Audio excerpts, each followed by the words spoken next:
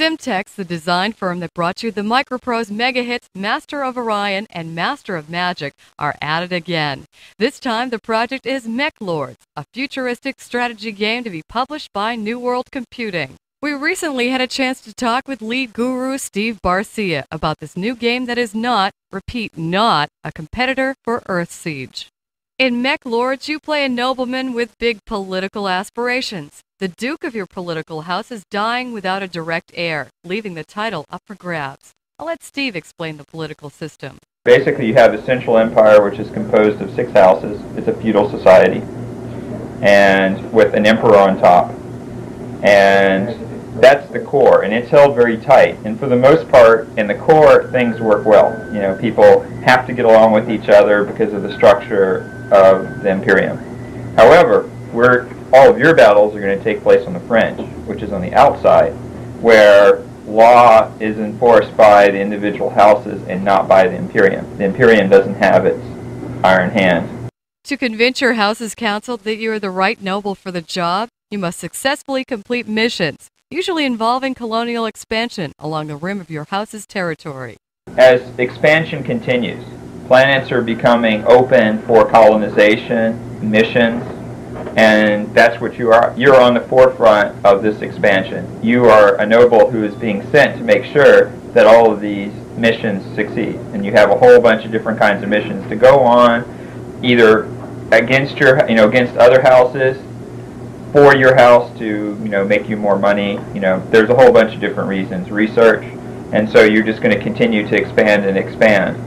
To operate and defend your colonies, you'll need machines, big machines. That's where the mechs come into play, but first you'll have to acquire the right technology. You start off with tanks, and eventually you can develop walker technology, which are like little bitty 2-legged giant robots. And then you get your mech, and then you get your battle mech, which is a huge, almost 100, 200 foot tall giant robot. That is the epitome. There's also like an aero mech in there, which is a flying version of the robot. One thing that should be made clear is that although you will command mechs in battle, you don't actually pilot them yourself. Remember, this is a strategy game, not an action sim like Earthsiege or the fabled Mech Warrior 2. Your mechs will serve a wide variety of functions, from combat to colonial operations. Think of them as your tools, not your toys. If you don't operate the mechs, someone else has to. Mech Lords will feature dynamic pilots whose abilities improve over time. They may even add their own chapters to the political potboiler. You also have the characters, the pilots, which you have a whole roster of pilots with their abilities, which will improve their performance inside the mechs, and vice versa. And so over time, these guys get better, and you really don't want them to die. In fact, they can be captured, and you can ransom them from other houses, or have specific missions to go back and get them.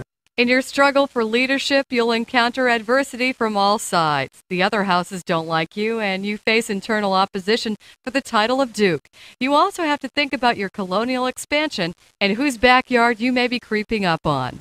Unfortunately, you're expanding into somebody else's empire, who are like alien xenophobes, and they don't like it, and so they're going to periodically begin attacking you. So there's a transitional period where you are, at first, all the people you have to compete with are the other houses. You all get on a rich planet, and they say, it's mine. No, it's mine. No, I want it.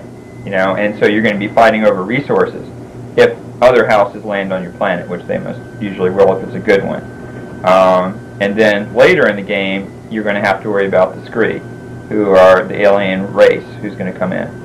With political intrigue, colonial expansion and management, multiple enemies, and huge, deadly robots to lead into battle, Mech Lords sounds like a big success waiting to happen. Scheduled for release in September, Mech Lords should have Master of Orion and Master of Magic fans panting in expectation. As always, look to future episodes of IE for continuing coverage as the project evolves.